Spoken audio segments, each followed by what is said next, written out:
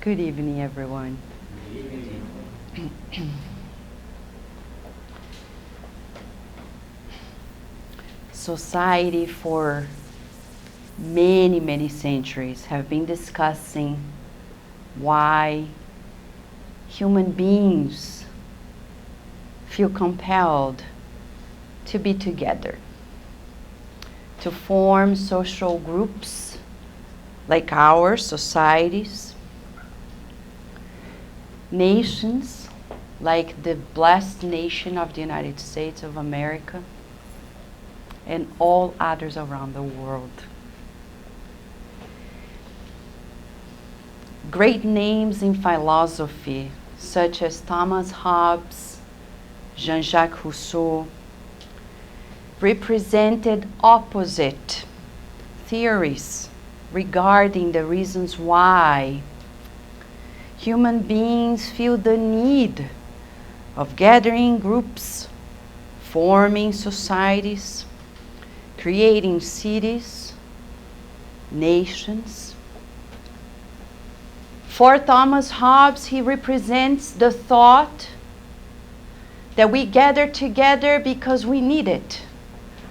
Not that we need it because we love each other, but instinctively, to preserve our own selves, we need to make sure we have bonds, rules of engagement, so we can stay alive. Jean-Jacques Rousseau represents the opposite thought, one in which he agreed that human beings are social beings. We don't need each other only to preserve ourselves, but that's our nature. We are supposed to gravitate to one another. And that thought of Jean-Jacques Rousseau as one of the greatest philosophers in our world, he inspired Pestalozzi's work. Pestalozzi is the father of modern education.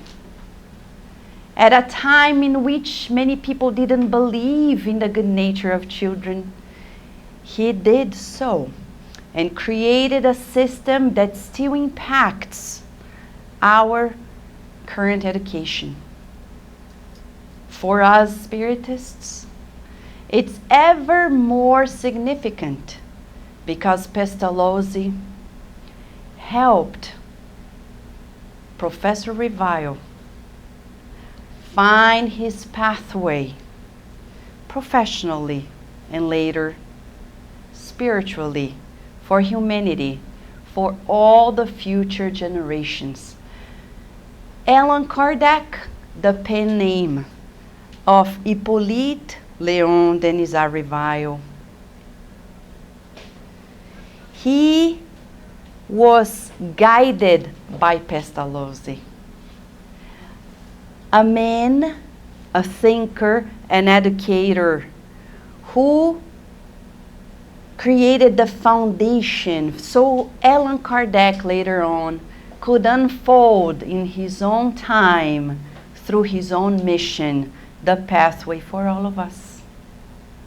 They all understood, not only believed, because it's not dogma.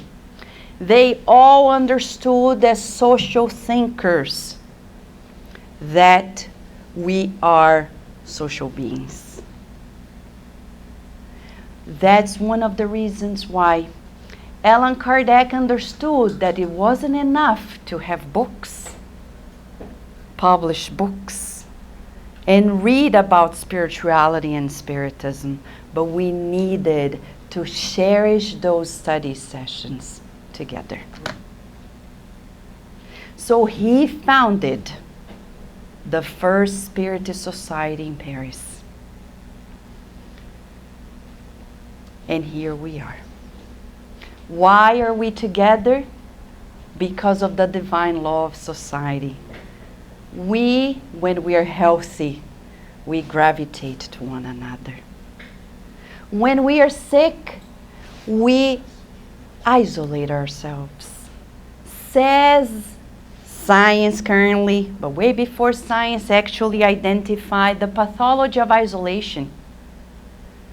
The good spirits, the illuminated minds have already said that when we isolate ourselves, we're not doing well. We better find a doctor or a friend who can get us out of it, a good friend.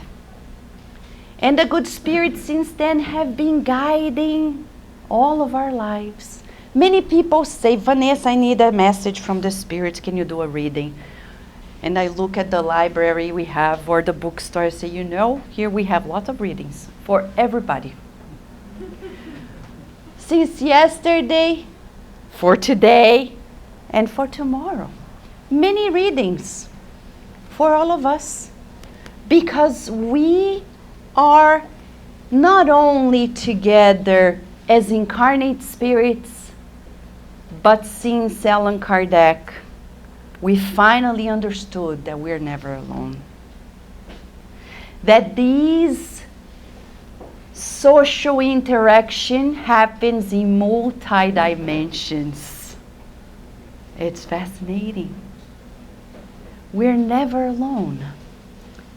When we read André Luiz books through the hands of the wonderful, and we are mostly thankful to him too, Chico Xavier, the Brazilian medium who changes our lives every day with his role model of discipline as a person and as a medium. When we read those books, from Nosso Lar to the Messengers, Missionaries of the Light, until the end of the series about the afterlife, and life goes on, we learn that we're never, ever, ever alone. And if we're not feeling good, somebody's next to us not feeling good too. They are not feeling good either. So we better watch our thoughts, as our dear Eduardo said. Watch and pray.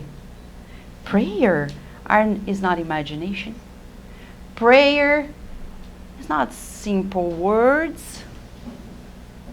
We have neuroscientists who have already researched on the impact of prayer in our physiology. Dr. Andrew Newberg, now he's at Thomas Jefferson University. Before then he was at UPenn. He was the first one to observe the dynamics of our brain when we think of God, when we see a religious image, when we see a book that has a religious connotation, when we hear a word of religious tones, etc. When we pray. And he created a new field of study, neurotheology. Neuro, about the brain. Theology, the study of God. What happens to our brain when we're thinking of God, when we're praying, when we're studying about God, when we're studying about spirituality, when we're feeling spiritual, religious? It's so tangible that we can see different areas of the brain being differently activated. So when we're praying, it's not something out there in the iCloud of ourselves. It's very tangible. It affects even our physical body. When I pick up a Spiritist book, or a Bible, or the Quran, or whatever religious book, because all are equally blessed. Our physiology responds to it.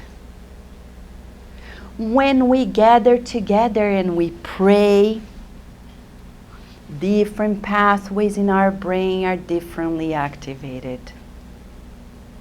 Dr. Newberg, in collaboration with a great Spiritist psychologist, neuroscientist, Dr. Julio Paris, they together designed a beautiful protocol to study what happens to the brains of mediums. And they published it scientifically. Scientifically. What happens to the brains of mediums like Chico Xavier? They didn't study Chico Xavier's brain because Chico Xavier was already discarnated, but they studied the brains of several Spiritist mediums who came especially from Brazil and who were experienced. And in contrast, others who were not experienced. They had a control group, and they showed to us the bottom line is you're healthier, taking care of your mediumship, if you study in the Spiritist framework, than not. When people think, but mediums, maybe going to these meetings we're crazy. It's actually the opposite. We become more balanced and we gain what we all want, self-control. We stop being the instruments of other minds without knowing we're being instruments of other minds. We train ourselves to become fully aware of this exchange. And there is no end. There is no course. That's the beauty of Spiritist centers. There is no hierarchy. There is no like graduating course. Some centers are cute, and I think it's cute when they do graduations, but they don't mean it in the sense of actual diploma with which you can open a Spiritist center because now you have a diploma. They are just giving encouragement to the groups, and that's valid. It's a symbolic graduation. But what is important is we do take courses, we have services, spiritual, material services like the Caravan of Love, and now we embrace an intercontinental effort or a multi-continental effort with the Fraternity Without Borders. You have members here like Angelita who visited the very beautiful works that Wagner Moura Gomes is going to talk about later. And we just see it expanding. 9 years. 9 years of a lot of work. I didn't do the work. We just said, do it. It's worthwhile. Go. Josiah said, do it, right, Josiah? We're here, beautiful, right around the corner. Because usually people see the blossoming of new groups and they feel threatened. The Spiritist group of New York did not. They did the opposite. They encouraged. They collaborated. I remember the first steps when they collaborated with the works with the children and youth. Because of the schedule and the possibilities of the educators of the time. And the group, the Inner Enlightenment Spiritist group, didn't close its services and its possibilities of cooperation, as Abílio read to us, Emmanuel's words, the recommendation of cooperation. Didn't stop here. He keeps collaborating with groups all around the tri-state area. Is this what Kardec envisioned? Yes. Is it what Pestalozzi understood in terms of the education of the human being? Yes. Is it that the thesis of Jean-Jacques Rousseau that we're social beings is valid? Yes, it is. Now neuroscience understands that we're social beings. Social beings to the point that we carry that phylogenetically, meaning that we bring that instinct of being social since the animal kingdom. You don't need to make an effort to be together. I know we are living a current time, right? When you feel like awkward sometimes because we feel anxious when we're gonna get together. But you don't need to make an effort. I don't need to make an effort to be in a social group. Because since the previous kingdom, we have our inheritance,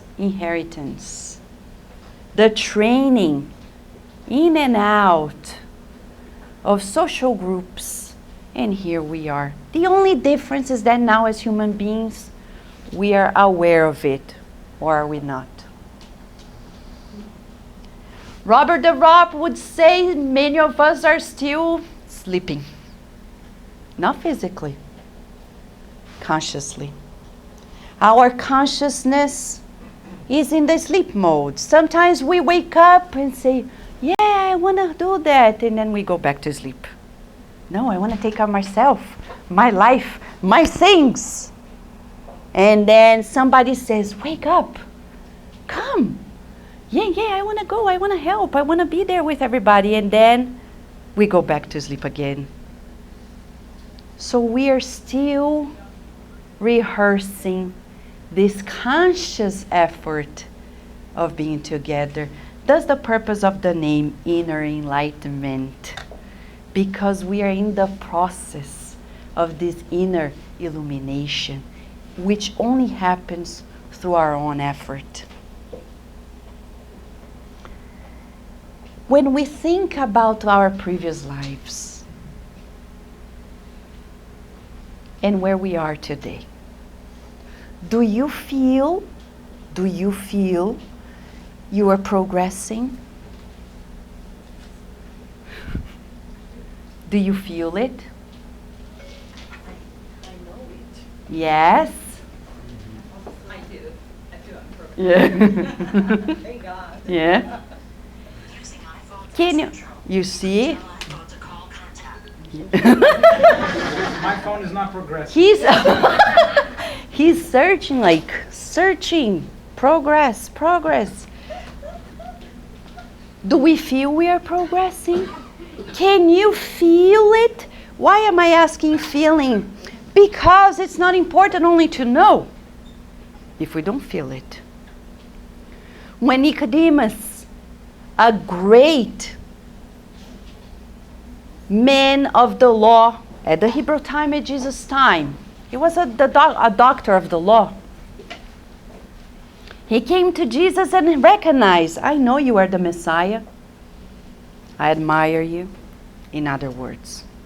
But you know, I've been studying the scriptures.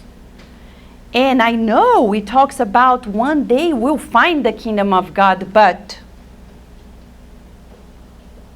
I still don't get it. Can you please tell me? Jesus very kindly turns to Nicodemus as if he's saying to us today, are you searching for your inner enlightenment?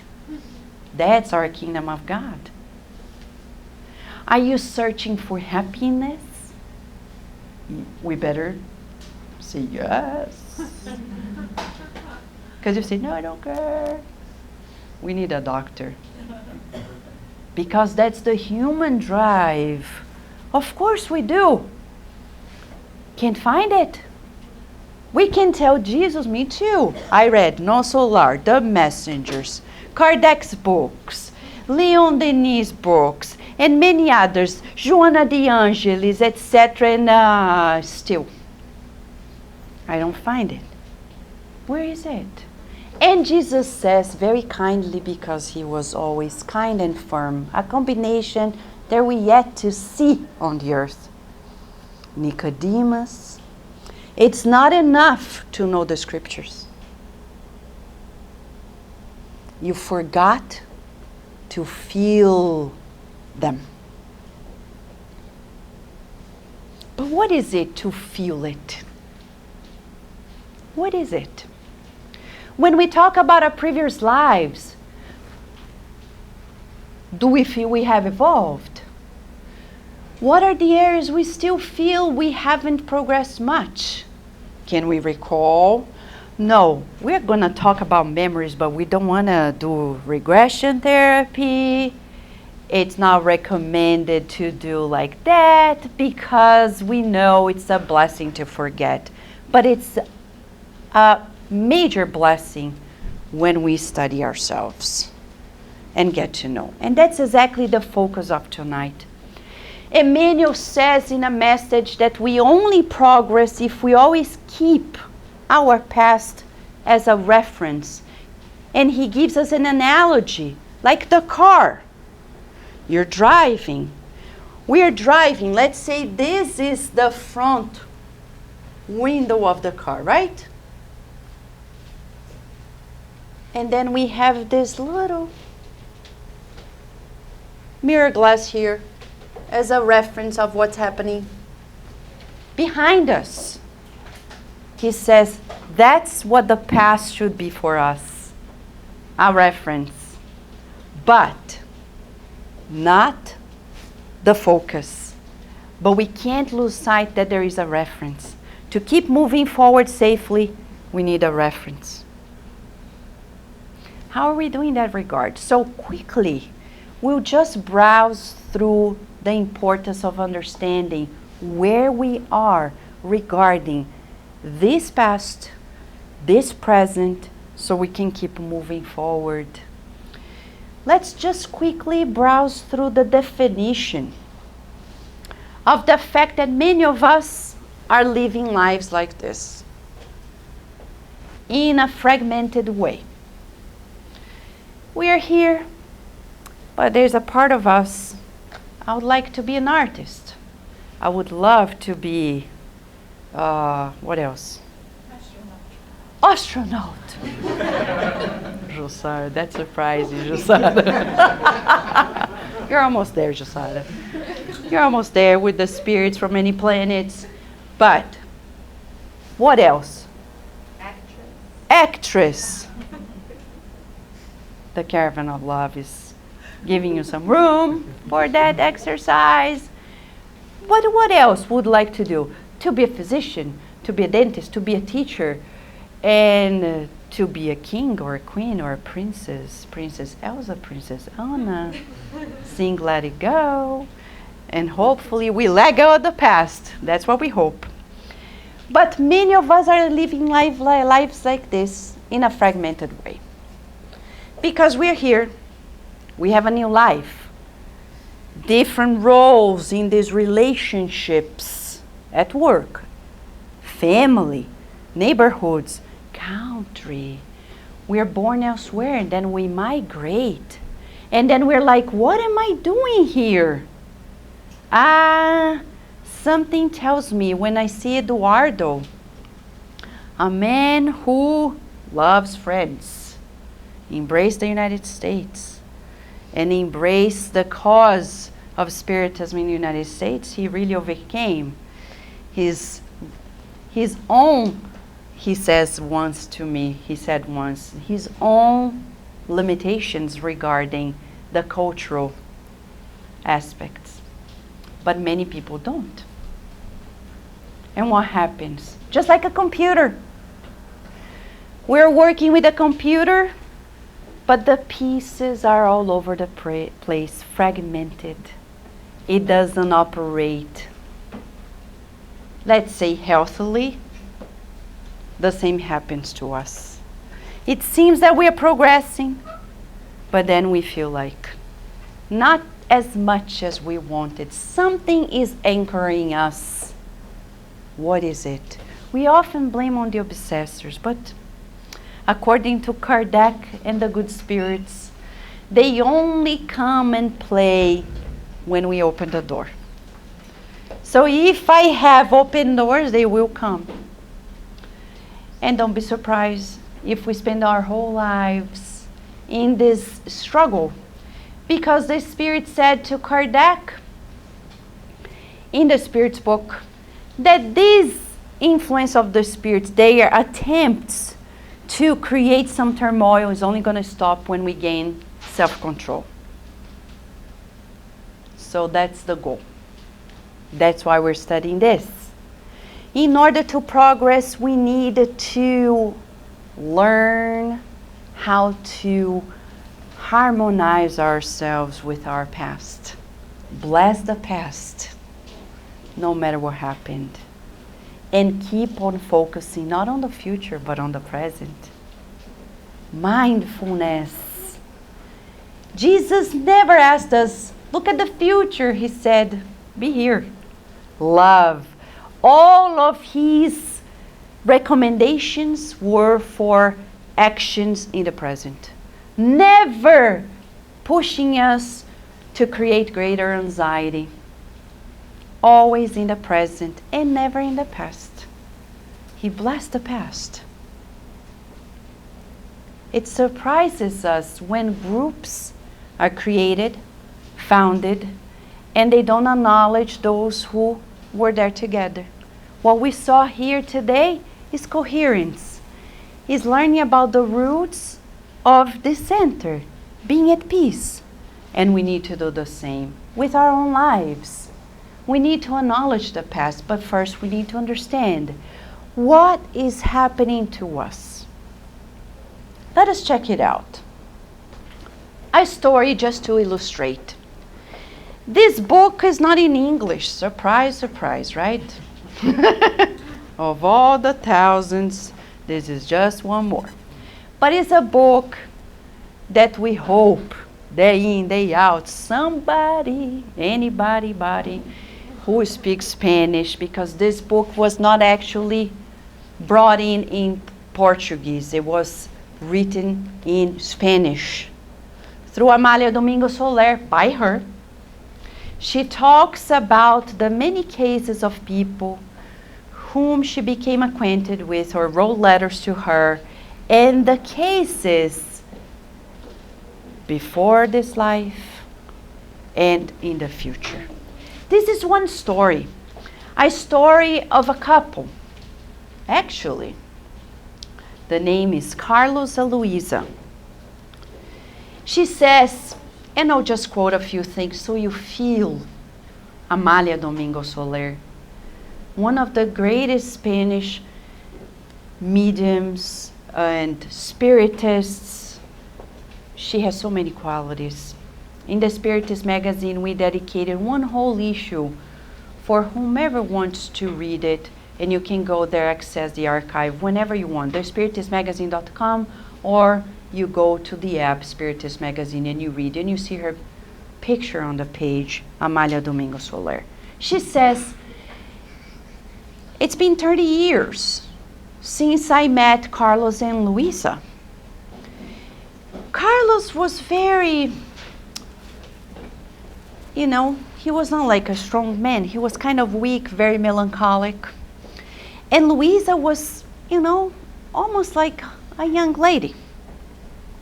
And he said, they loved each other. They started dating. But socio-economic speaking, they were at different levels. At a time in which that mattered in Spain, something that still matters in our world. Maybe not ostensibly here in the United States, who knows?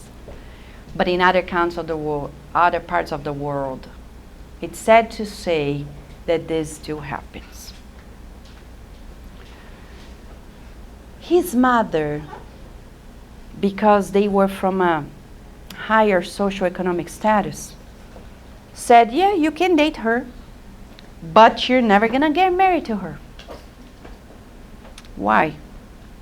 Because I don't want you two to get married. I'm gonna find you another wife. Luisa and Carlos knew of the mother's impediment, and they respected the mother for reasons that people wouldn't understand. They kept on dating each other.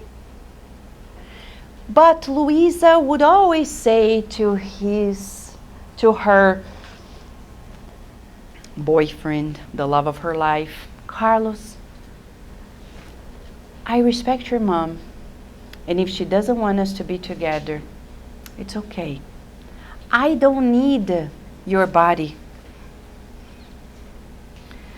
I already have your soul. And we're always going to be together.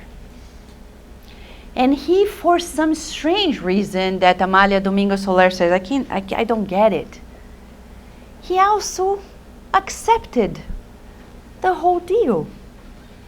But one day, the mother said, well, I found you a wife and this is it. You're going to get married to her. Well, they got married. They moved far away.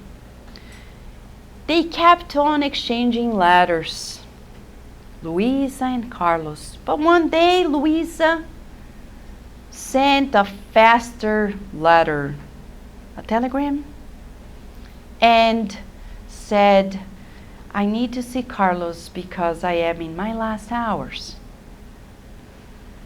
His mother was already 90 years old, which is surprising for the time.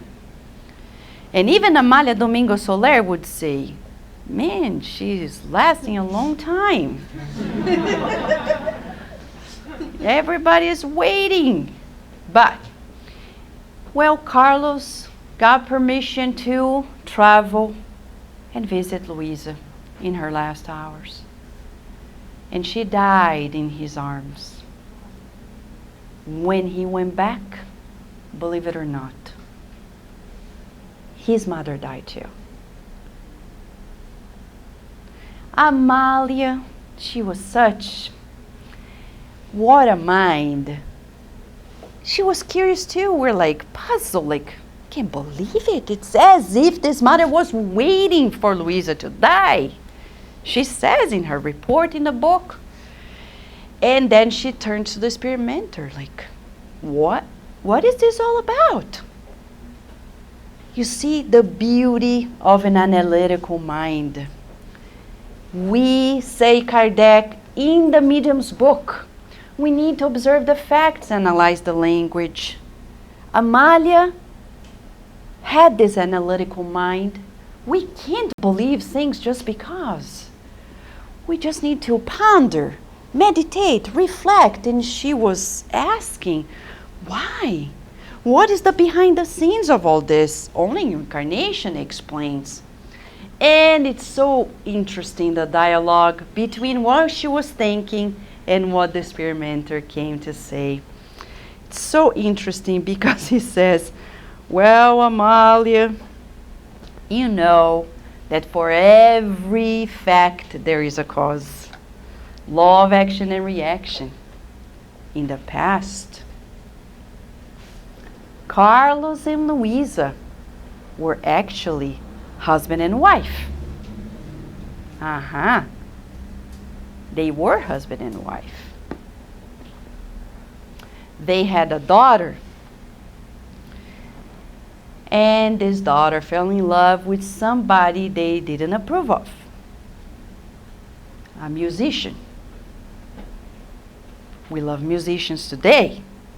The United States appreciates more than any other nation in this world and gives support. But there was a time, and there is still this going on around the world elsewhere, musicians are not appreciated. At their time, they were not.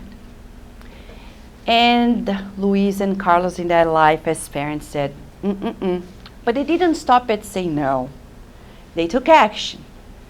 They exiled the boyfriend very far away from the daughter. The daughter felt so depressed. She discarnated in that lifetime. But she didn't hold grudges. She actually forgave the parents. But the man who was exiled did not forgive. He died. He did not forgive. And for arrangements that the message in this chapter doesn't explain, the spirits agreed that that man who died in the exile was going to be the mother of Carlos. Why do you think the good spirits in the name of God would create such a plan? Why? To torture everybody? Can you believe the man who unjustly exiled the person from the loved one now becomes the son of that man who actually becomes the mother? And you're like, what? Does that happen? Yeah. We come in the bodies of men and women. That's natural. What is the plan of the good spirits?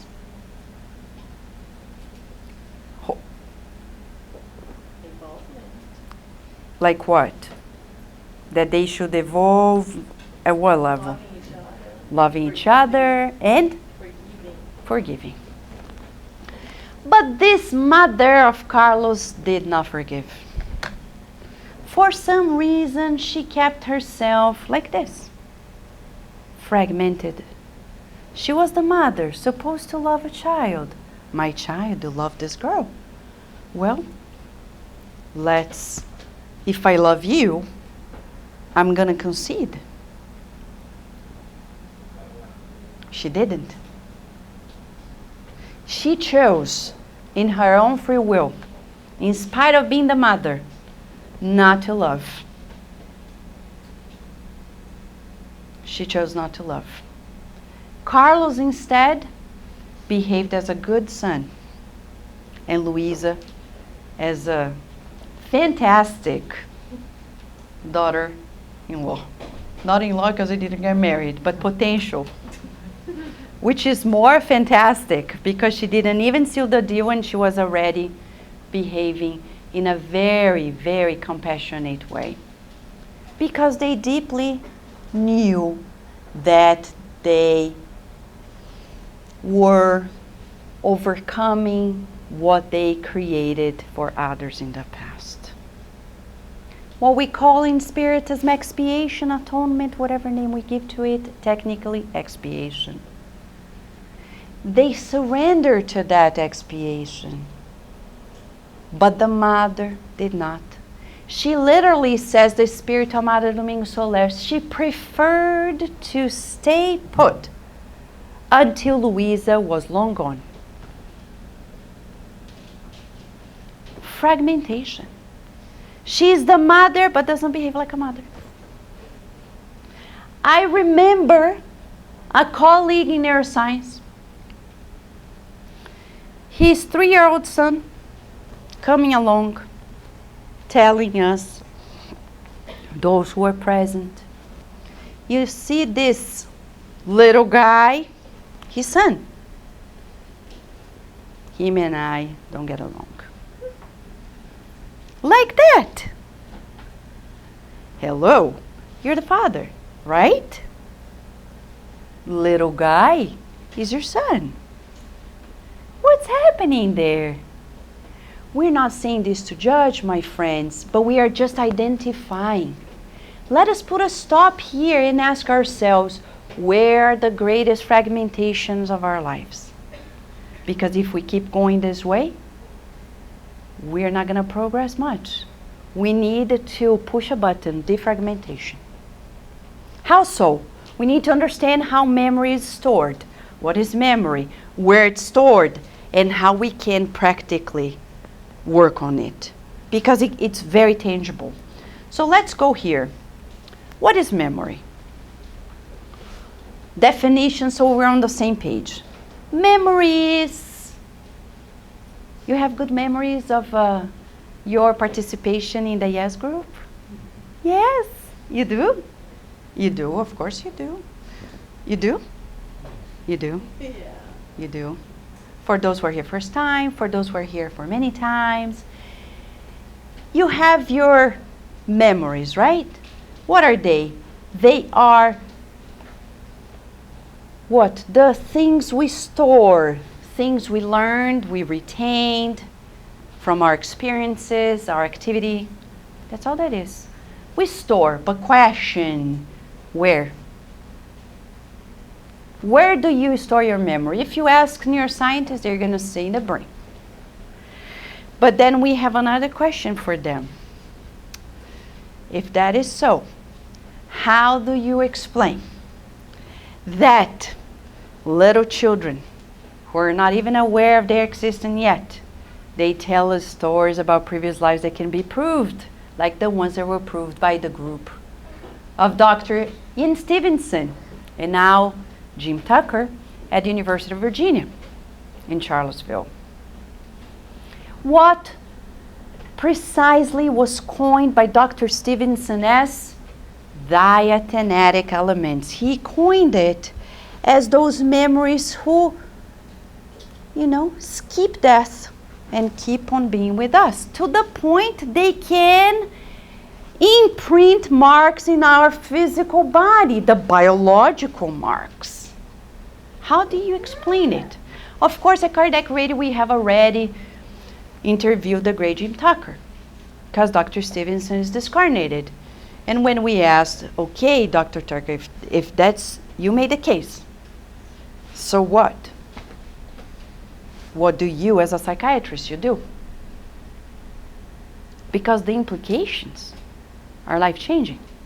And he said, we don't go there. But we Spiritists do. Why? Because we need to catapult the human being inside of us that is suffering. If we could talk to that mother before she discarnated, Carlos' mom, my sister, let's defragment your memory and let go of whatever grudge you don't recall. But you have a resistance to this lady and to this relationship. Let it go. Because as a mother, you're supposed to love. And you're supposed to allow your child to love. No matter who that person is. Same sex, other sex. If you love, you love. You don't put conditions. True love is unconditional. No matter the age, the race. People say gender, sex, another discussion for another day. But, irrespective of it all, status, social position, beauty, health, love is love. But where is this memory stored? Memories that are so deeply stored inside of us we cannot even recall, but it's there. If we do a regression, hypnotherapy, we can get it off. Let's go straight to Spiritism because we know it's not simply in the brain. Eduardo kindly already said to us, we're composed of perispirit and body. We're spirits. And we're enveloped by this perispirit connected to the physical body, multi-dimension. And Gabriel Delan, continuing the works of Allan Kardec, he's going to say in his book about reincarnation, one of his best-selling books at the time, the perispirit organizes matter, conserve and store all traces of the past. So, whatever we've been and what we're doing now is being stored in our spiritual body. Do you have the key to the drawers of the memories? Do you think you have the key? The key to open it? Do you think you do? Not all. Not all? You do? You don't. You do. Let's see. Kardec, Gabriel Delan, summarize the way in which we form those memories and store them. We as spirits think continuously and we emit these thoughts. It's a mental electromagnetic force. We create these thought forms. And according to our will, these thoughts will get more condensed. Okay?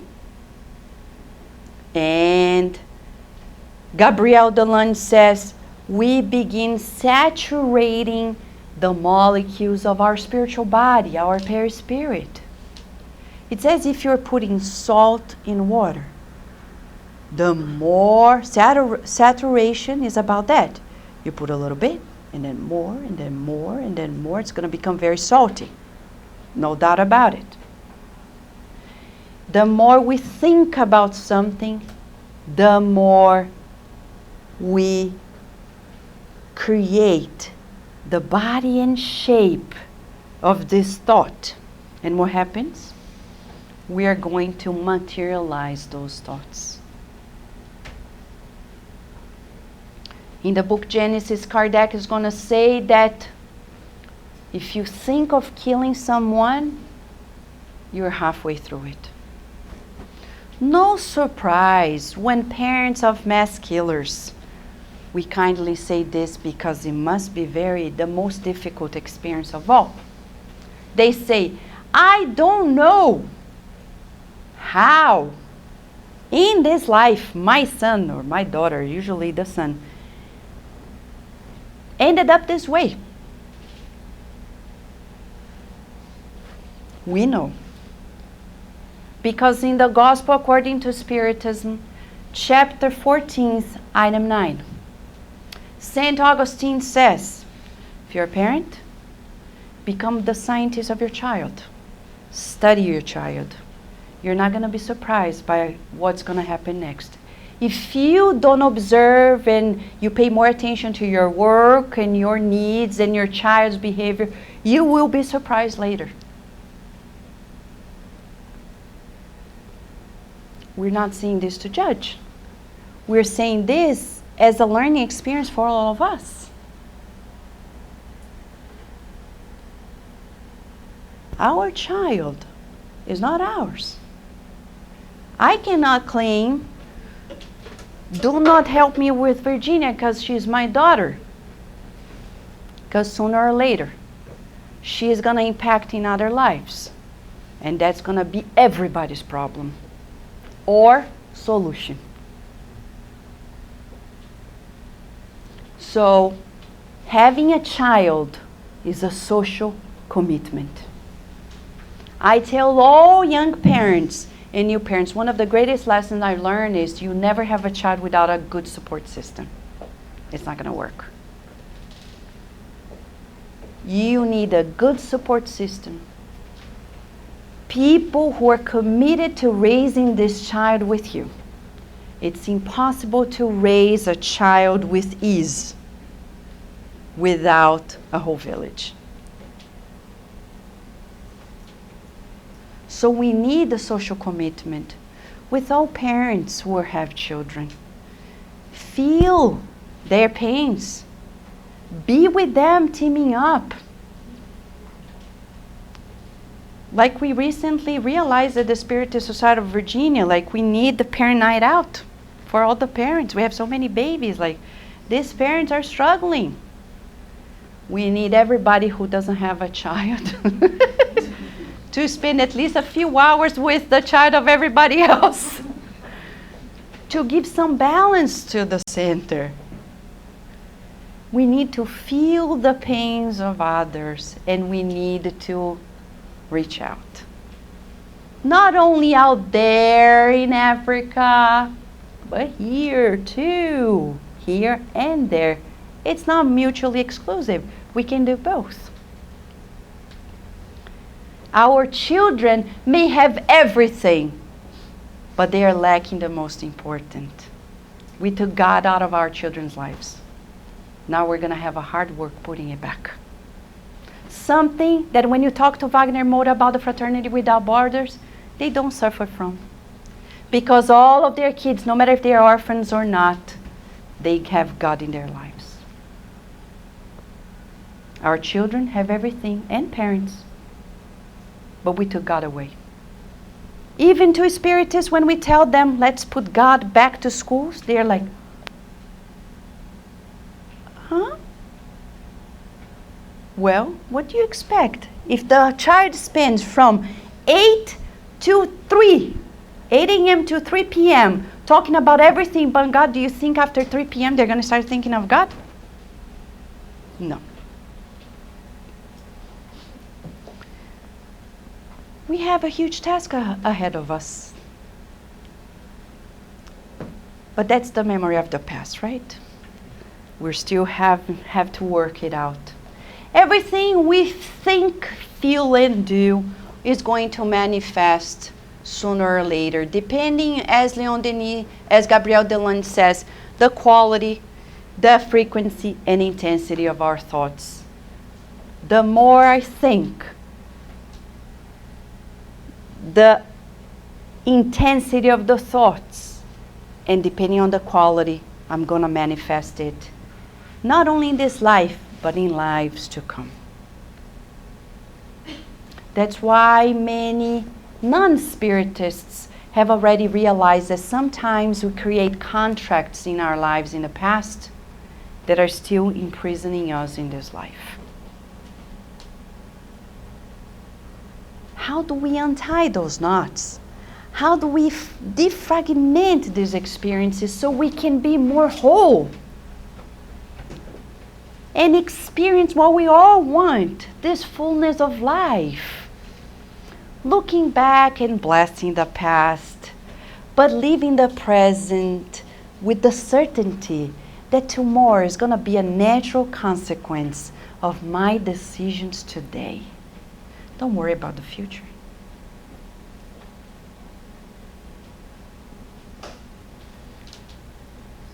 Another question.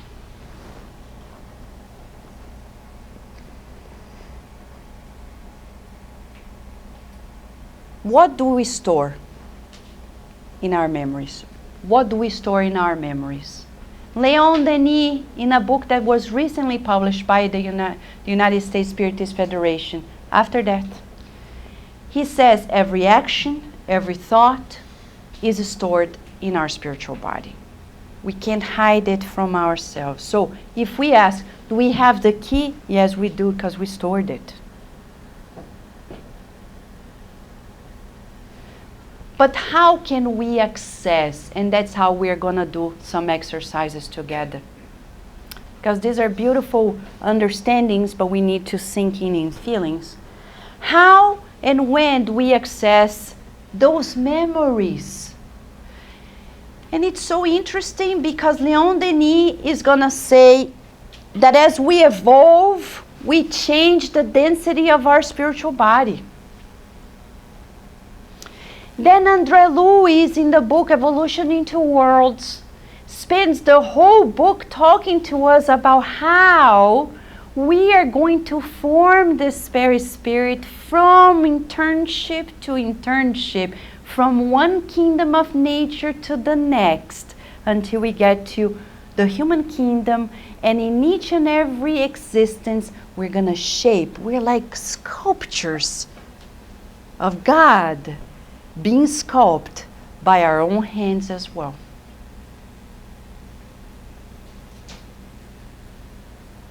In a way, we're all artists. We are co-creating. At each thought, each feeling, each action, and each word, we do not miss anything. It's all stored. We change our perispirit, so next time we do something, think, uh-oh, I'm going to have to store it somewhere. I better store something beautiful. Leon Denis is going to say that the influence of matter is going to play a role in how we evolve, to the point that André Luiz discloses the whole thesis in the book Evolution into Worlds. But innate ideas are ways in which we can easily observe these memories of previous experiences, either in this life, of course, previous lives. Sometimes I remember somebody saying, Vanessa, I dreamt my whole life of being a physician. But in this life, well, if God didn't give you an opportunity, because you don't have to go there. Maybe you were there in the past, you're done. For now, you need to learn new things. To become a pure spirit, we have to learn everything. Everything of everything. So if somebody asks you, come here, read this, think, to be a pure spirit, I need to learn everything. Okay, I will. Don't say, no, I don't like it. It's not worthwhile. Of course it is. I will, because the sooner, the faster I progress.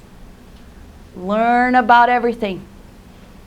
I remember one day, Carlos, through his company, had friends who were doing charitable actions with Habitat for Humanity. They were building homes for people. And Carlos said, you want to come? And I was like, building homes? I don't know where, I don't even know where to begin with. And then I remember Mr. Joseph saying, you better go. You better go. Because, sooner or later you have to learn it too. And then it changed my perspective. Spend a day like putting drywall or helping. Of course, I was not putting the drywall. I was helping. And then I found it fascinating. The making of homes in this country. I said, wow, okay, if needed one day, I can put a drywall, you can call me up. Maybe, I'm not so sure. But paint and do this and the other, I said, wow, that's hard work. God bless the people who do that work. Wow. It's worthwhile, the experience, why not? So these innate ideas we have inside of us are signs of these memories from the past. Impulses, tendencies, as the Spirit say in the Spirit's book, instinctive tendencies, but we only know if we observe ourselves. So let's observe ourselves. What are major instinctive tendencies in our daily lives that we are in need of refinement, because we can clearly see, or just expansion? Good things. I was watching a TED Talk that I recommend to everybody. A neuroscientist from Georgetown University, Dr. Marsh, she studies about altruism, and she's the first one to compare the brains of psychopaths and the brains of altruistic people. And she found major differences, which doesn't surprise us because we know the physical body is just a consequence of what we are. But for scientists, it's like, whoa. It's natural. They're different. Psychopaths see people who are fearful, crying. They don't feel a thing. They have a hard time empathizing. Maybe we're not the major psychopath, but we have traits of psychopathy. Yeah. Because of previous lives' experiences.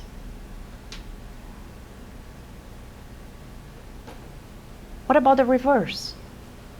People who, as she studied, donate their kidneys to people they have never met. You're donating your healthy kidney to somebody you don't know and you feel like good about it. And she found a major difference. These people have different dynamics in their brains and in their psyche, their psychological aspect. The major difference between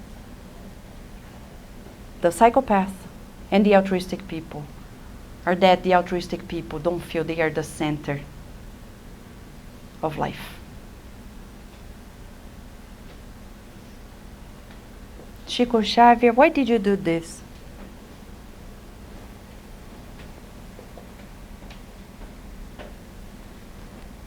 What is the explanation? Why do you keep supporting the Inner Enlightenment Spiritist Center?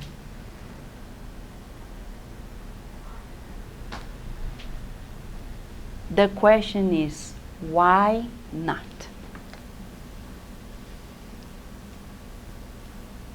Why not? The impulses of the past manifest in the present. And oftentimes in particular situations in our lives. Through dreams, we can access memories we've stored from this life and previous lives. And of course, past life therapy too. What do we do then to organize it? You know, we're going to the fall season. Summer's almost over. And at each season, people start changing things in their homes, right? From wardrobe to decoration, etc. It's very interesting.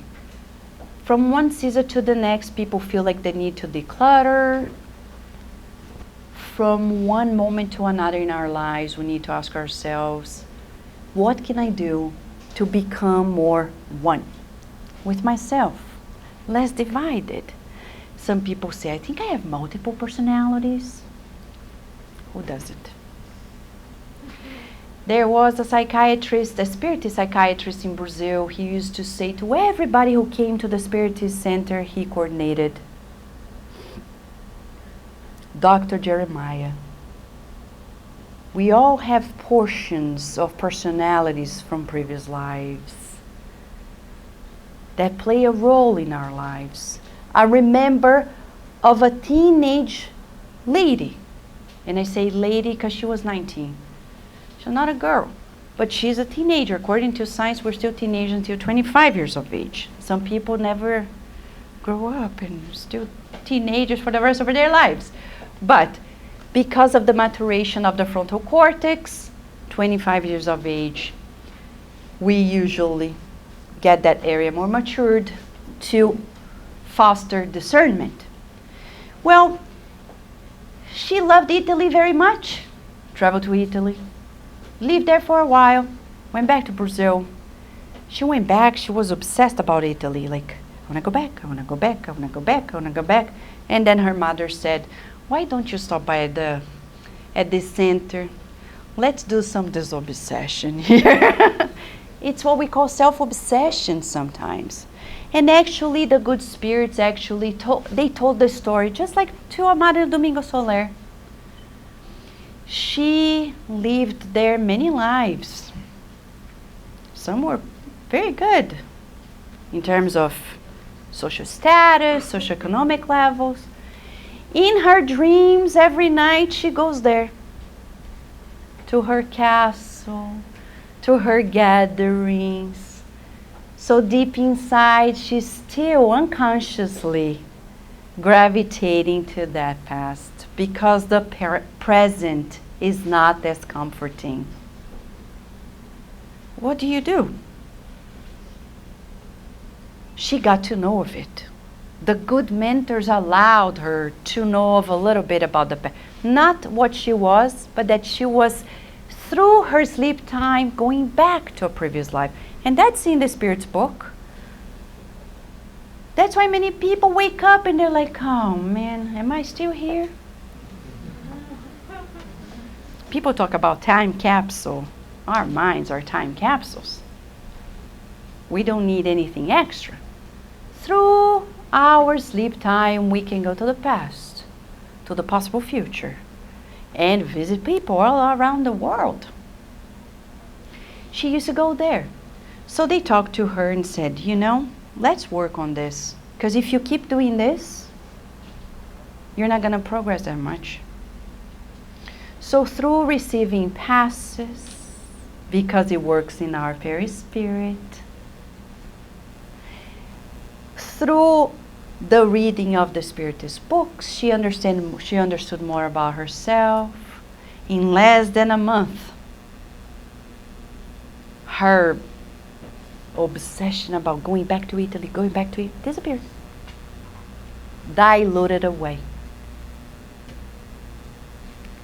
It's that tangible with the help of our guardian angels, the spirit guides, the spirit doctors, those who are more advanced than us and are working 24/7 to help us.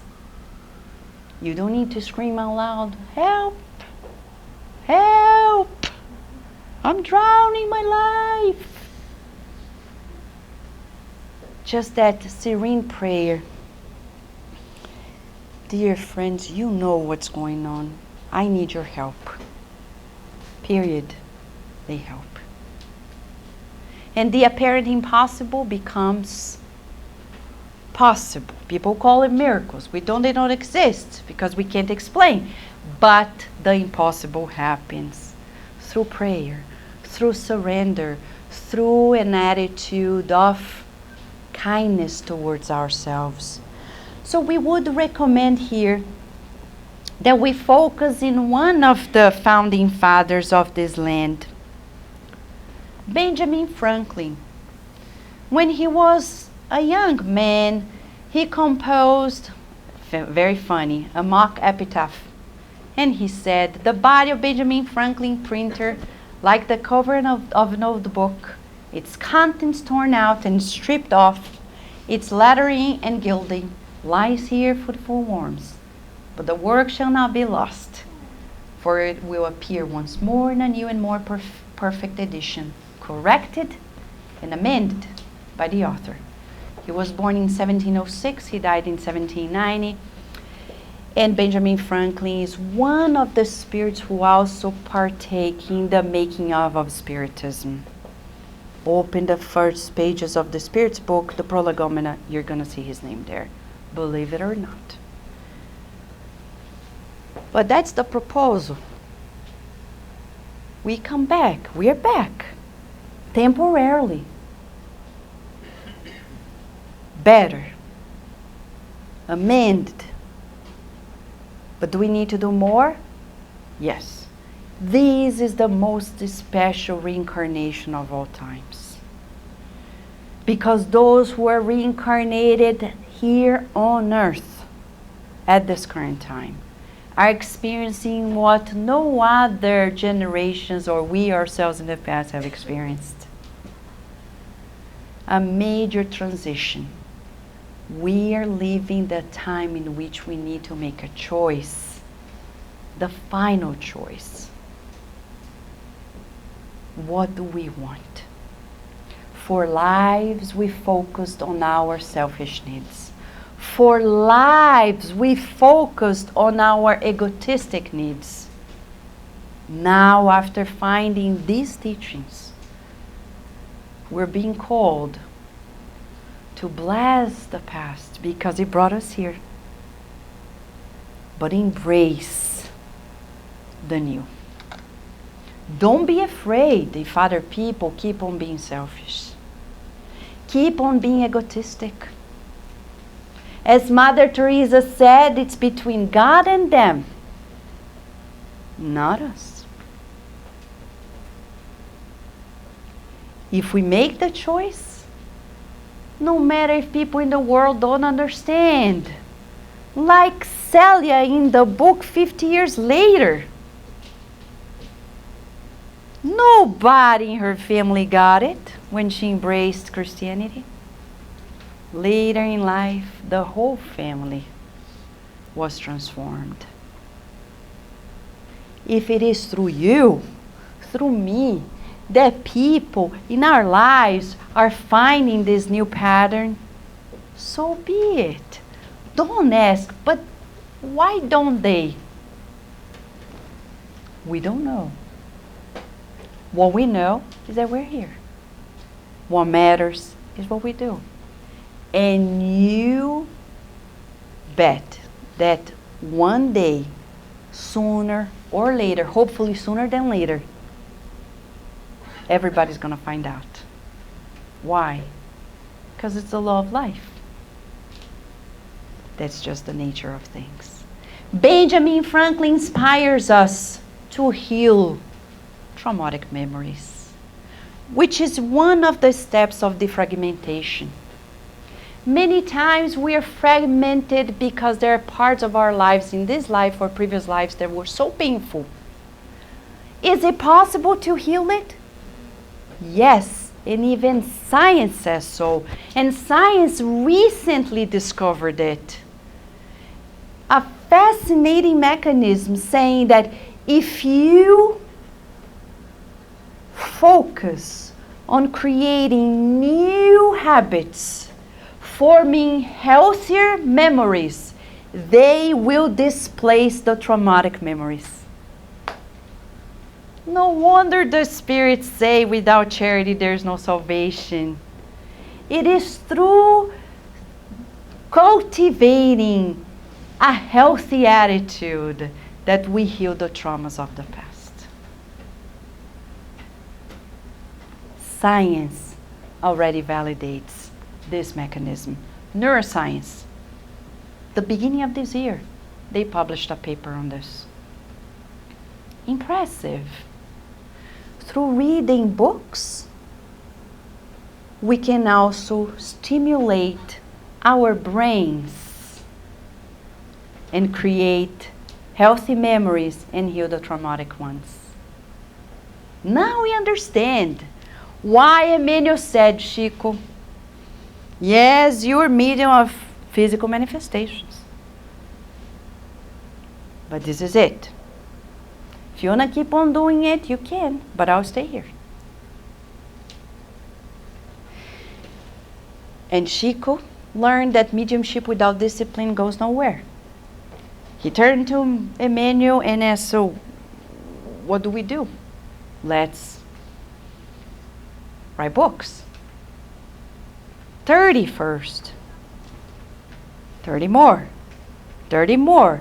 460 plus. Through those books, now neuroscience says, through books, reading books, you can change your neural pathways. We as Spiritists understand that the healing of our souls can happen also when we read those books. When you read Emmanuel's books, we are in the very current Rome of the current time. Emmanuel was in the ancient Rome. Read 2,000 years ago. 50 years later, Hail Christ, Renunciation, Paul and Stephen. Don't think that those are stories of the past. Because when you open the New York Times this past week and read the story of Farkunda in Afghanistan, a woman who was lynched because she was telling the people in her shrine, the men who commanded the shrine, you are creating a business inside of this blessed place. They created a mechanism to lynch her. It's one of the most heinous crimes. It's worse than the description of the death of Stephen in Paul and Stephen. When Mentor Joseph said, Vanessa, you read this news. And I said, I don't like to read this news. He said, but you read, please. Read. I don't like violence. He said, but read. You'll understand why. And I was reading the details of the description in the New York Times. He said, you see, compare with Paul and Stephen. It's nothing. And you're talking about the 21st century. No wonder the spirits brought these books. They're not simple religious books. They're books for human beings. They're books that have a strong therapeutic content. When we read, we displace traumatic memories and create new ones. Ones in which we're going to aim at and follow through. That's why we have programs like this. You see, perfect timing, huh? Programs like this, it's also an opportunity for us to bless the past, to create new beautiful memories in the present. We need to support the Inner Enlightenment Spiritist Group, Spiritist Center. But we also need, we're being called to expand our efforts so we can heal our past by doing healthy actions in the present too. And that's one of the ways.